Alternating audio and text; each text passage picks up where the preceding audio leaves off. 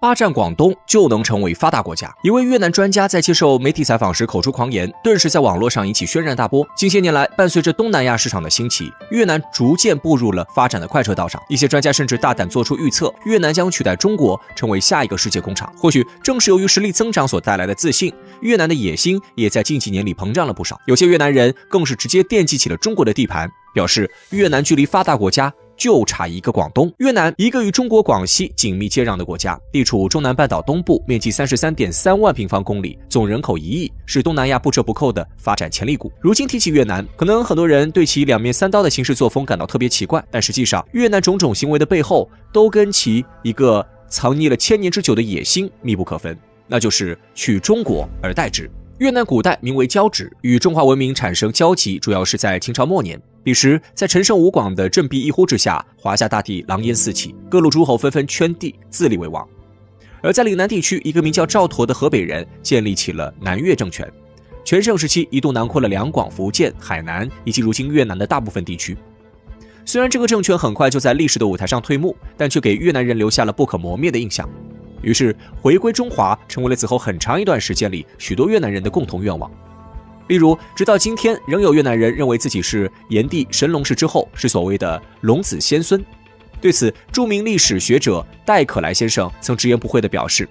这些说法完全是越南人糅杂中国古籍中的各种传说和故事演绎和嫁接而来的，说难听点，就是在攀亲戚。不过，尽管越南人这种从他国神话之中寻找根源来光耀自己民族的做法有些牵强，但这同时也证明了越南在历史上对中华文明的那种向往之情。只不过后来这种类似于仰慕的向往逐渐变成了一种扭曲的形态。公元1054年，越南的最高统治者将本国国名正式改为大越，而大越这两个字的重量可以说是充分表露了越南人的野心。彼时，越南统治者经常以天朝上国自居，对邻近的老挝、柬埔寨等国一贯傲慢无礼，强迫这些国家纳贡称臣，一旦不如其意，便以兵戎相加。这是在不断膨胀的野心之下，越南开始不满足于欺负旁近的小国，而是盯上了中原。恰逢当时两宋又对外软弱，更加助长其嚣张气焰。例如，在公元1075年，越南就以10万大军进犯中国，短短数月内攻陷南部3州之地，尽屠其民，凡58000余口，连同青州、连州，死者几十余万，俘3州人而还。由此足以看出越南的穷凶极恶。直到后来崖山过后，宋朝灭亡，面对强大的元朝政权，越南才收敛起自己的野心。但也正是因为中原覆灭，越南逐渐生出取代中国的心思，开始自居华夏正统，并以此为根据将侵略行为正当化。所以别看现在某些越南人宣称广东、广西都是越南失去的领土，这种说法很滑稽，但却可能是越南人的真实想法，甚至于是一个横跨1000年的野心与明谋。对于中国的发展，我们一直有非常明确的3步走战略，而在越南其实也有类似的说法。在2021年的越共13大会议上，越南提出要在2025年摆脱中等偏低收入国家的头衔，在2030年成为中高收入发展中国家，于2045年以前步入高收入发达国家行列。从这里不难看出，越南人对于自己未来的发展还是有着比较高的要求的。但是这真的有那么容易实现吗？抛开其他不谈，仅仅一个因素便足以制约越南前进，那就是人口与土地。2023年12月29号，越南官方正式宣布，越南总人口突破1亿大关，自此成为全球第15个、东南亚地区第3个人口破亿的国家。事实上，早在越南官方出具公告之前，就有机构做出预测，越南在2023年4月中旬左右的时候，人口实际上就已经突破了1个亿。那么，为什么越南政府会选择将此消息留中不发，直到年末才予以公布呢？答案很简单，因为这个人口数字已经接近了越南的土地承受极限。的确，按照目前越南的人口结构来说，他们绝对处在发展的黄金期，70%的劳动人口足以让越南实现经济腾飞。因此，对于人口破亿，绝大多数的越南人第一想法是很高兴。但与之相对的，越南逐渐下跌的人口增长率却成为了越南政府一块心病。据联合国人口基金会驻越南首席代表杰克逊透露，目前越南已经成为了全球人口老龄化速度最快的国家之一。预计在2036年，越南60岁以上老年人口比例就将超过20%，届时越南将进入中度老龄化社会。很显然，这对于尚在发展起步阶段的越南来说，绝对不会是一个好消息。来自越南国民经济大学的阮庆龙教授就表示，在每个国家的发展历史中，人口黄金期只会出现一次，一旦没有把握住这个独一无二的机会，那么就会错失良机，进而无法从中稳定获益。人口专家通常会认为，人口黄金期是一个国家、一个社会发展的动能来源。例如，成功晋级为发达国家的韩国与日本，就在人口黄金期的30年时间里，实现了人均年收入的10倍增长。但越南，一个尚在谋求摆脱偏低收入国家帽子的国家，已经出现了生育率等同于韩国、日本这样发达国家的情况，难免给人一种未富先老的悲凉感。为什么越南生育率会如此之低？有专家表示，出现这种情况的根本原因就在于现有的经济和土地无法满足人民对美好生活的追求。简单来说，生娃就等同于负担。对此，越南中央老年医院院长阮中英表示，如今大多数越南人都没有准备好自己老年生活所需的资金，如果连自己都兼顾不到，怎么可能还去考虑繁衍后代呢？所以越南必须找到一个尽快让国家富裕起来的方法。而一些极端人士便将目光盯到了中国身上，声称拥有广东，我们就可以成为发达国家。根据环球网2月1号的报道，2023年广东 GDP 总量达到了13.57万亿人民币，连续35年蝉联中国龙首。工业发达，贸易繁荣，可以说中国能够取得今天的成功，广东绝对居功甚伟。难怪有人会将广东比作中国经济的发动机。因此，如果抛开越南人想法之荒谬，拥有广东，从数据角度来看，越南绝对能够一举成为发达国家。不过很显然，这种事情越南也只能想想。如果真的胆大妄为，中国不介意再像数十年那样再给越南一个教训。所以对于越南来说，比起这种不切实际的幻想，倒不如脚踏实地，从自身找找问题。成功是偶然，失败才是人生的主旋律。对于一个国家来说，这个道理同样适用。例如越南的邻国泰国，在1992年就已经进入了人口黄金期。然而在30年后的今天，人口老龄化降临之时，人均年收入相较于彼时仅仅只增长了2倍。可以说未来想要冲击发达国家，基本上已经是痴人说梦。那么为什么会出现这种情况呢？事实上，这就与到底是数重要还是量重要密切相关了。的确，人口红利能够给一个国家带来发展的动力，像日本、美国、韩国，包括我们中国，都经历过这个发展阶段。但只讲究数却不讲究量，哪怕能够创造再多红利，终究也是给他人在做嫁衣。而这正是制约如今越南发展的核心因素所在。根据越南教育培训部公布的数据，在2021年的越南高考中，有超过90万的学生报名参加了考试，而这其中只有不到1/3的学生选择了理科考试。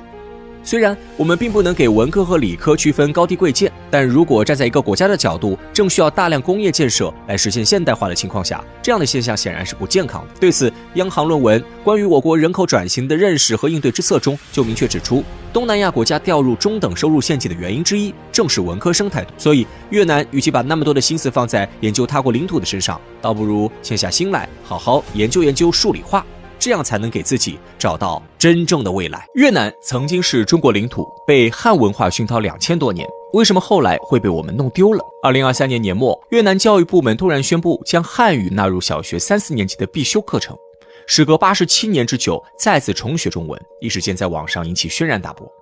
事实上，这已经不是近些年来越南首次在文化上向中国示好了。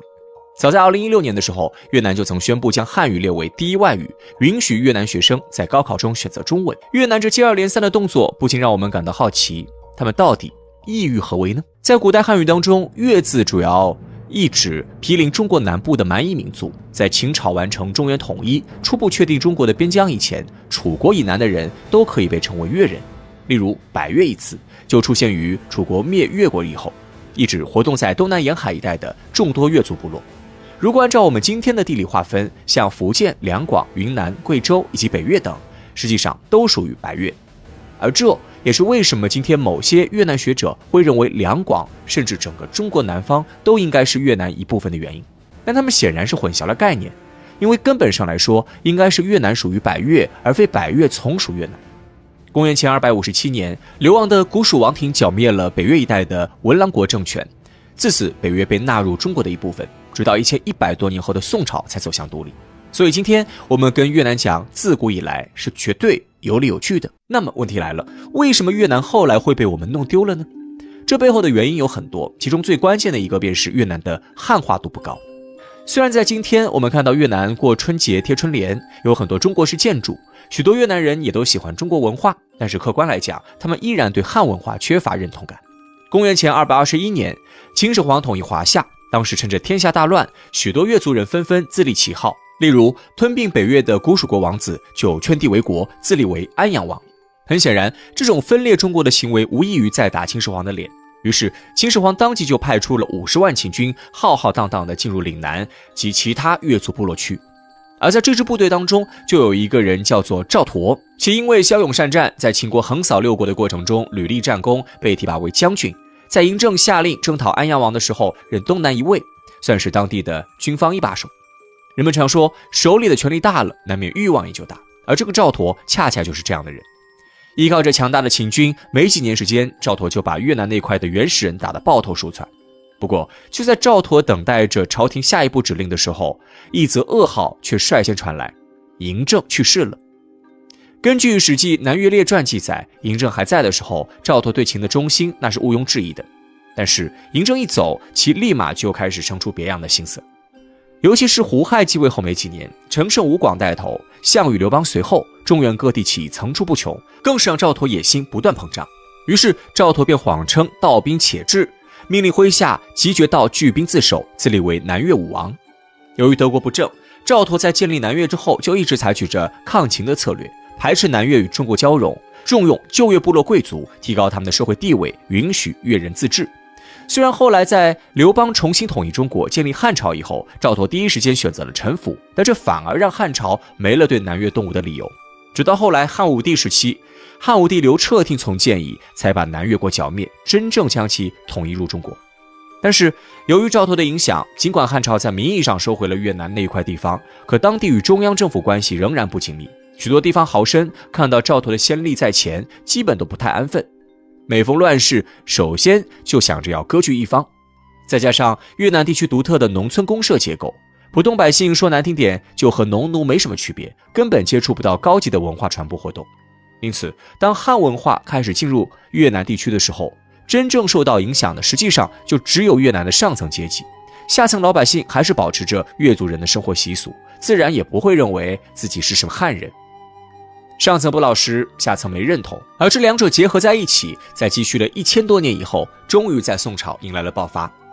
唐朝灭亡以后，中国迎来了历史上最混乱的5代十国时期。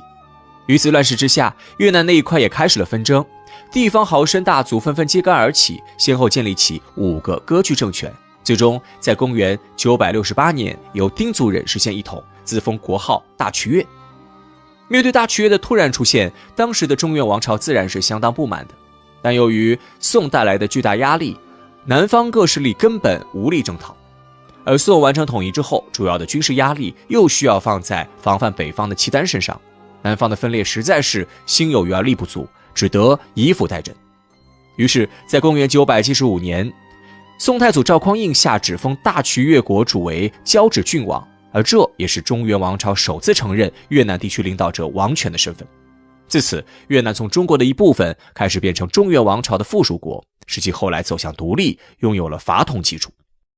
当然，宋朝的统治者也不傻，知道这样长久下去不是个事儿，丢掉祖宗故土，那是要在史书上被万世唾骂的。于是，从宋太宗时期开始，宋朝就多次尝试想要收复越南，但国家主权这东西实在是送出去容易，想要收回来难。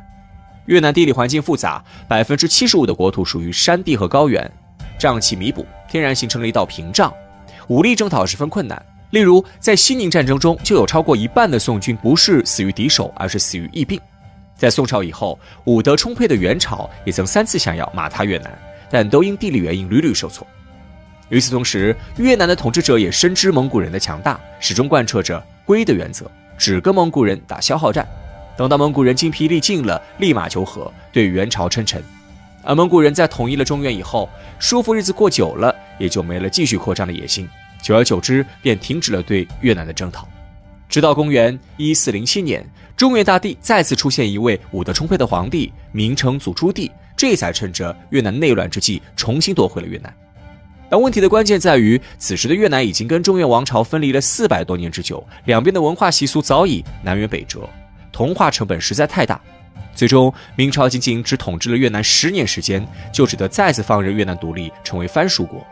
而清朝继承了明朝的一切，自然也认为征服越南没什么价值，便放弃了对越南的追求。值得一提的是，在此期间，当时的越南统治者曾上奏请求清廷封自己国号为南越，意图碰瓷曾经国土涵盖两广的南越国，最终遭到嘉庆皇帝的识破，将其倒转封其为越南国。清朝末年，西方列强大肆入侵，在接二连三的战败后，各种不平等条约接踵而至，其中中法新约的签订则让中国被迫承认了越南的独立。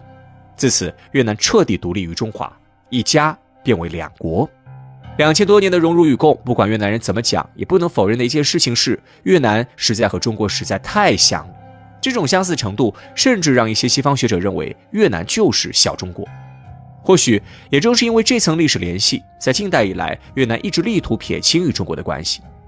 从1945年现代越南成立，宣布废除汉字开始，越南开始全面推行去中国化。曾经与中国的那段历史联系，也被恶意污蔑为中国对越南的侵略。以至于在上世纪70、80年代，不少越南人开始对中国滋生仇恨心理，最终形成了一股股反华浪潮。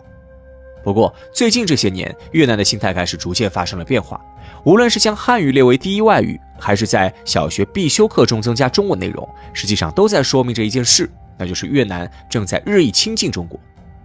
如今，中国的崛起之势已经不可阻挡，在东亚，中国更是无法忽视的一股力量。任何东亚国家想要实现现代化发展，都不可能与中国脱钩，而事实也确实如此。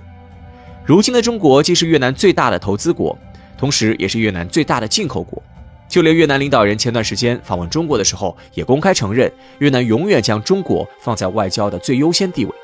由此足以见得，现在的中越关系正在朝着更亲密的方向靠拢。